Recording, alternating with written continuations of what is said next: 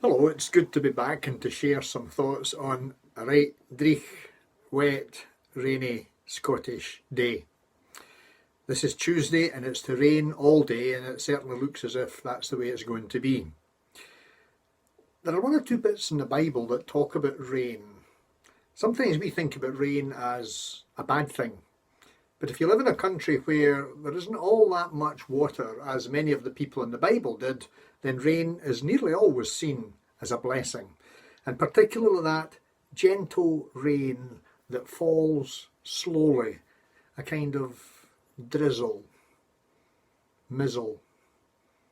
Yeah, that kind of weather that we would say is dreich.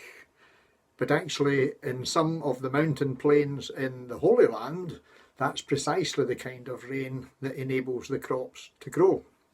You see, there's no harvest without rain. There's another part of the Bible that talks about justice, and justice in the Bible is about social justice, the looking after of the poor, the protecting of the vulnerable. And there's a bit in the Bible in the book of Samuel that talks about justice is like the gleaming of the rain on the grassy land.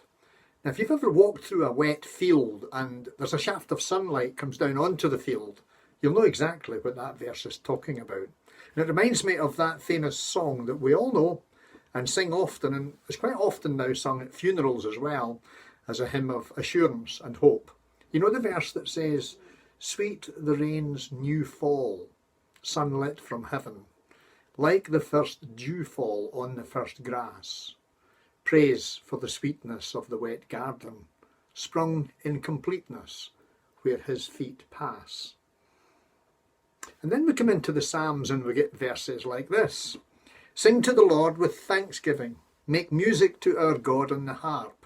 He covers the sky with clouds, he supplies the earth with rain, and makes grass grow on the hills.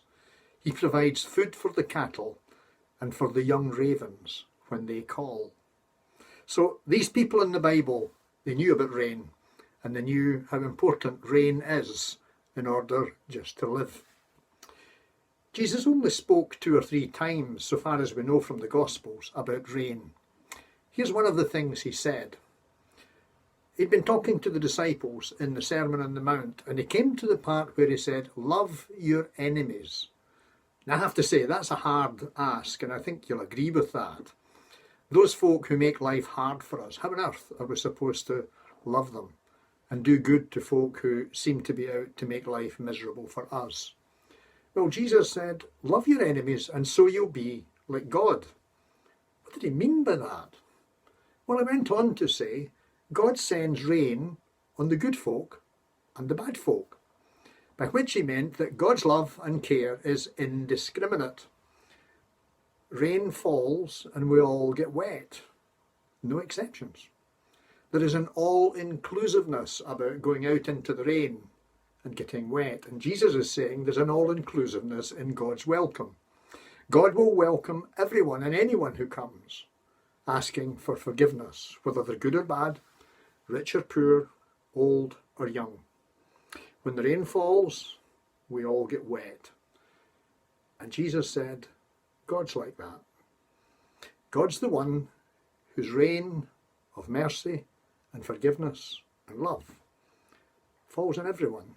And whether we like it or not, if we're out in the rain, we get wet.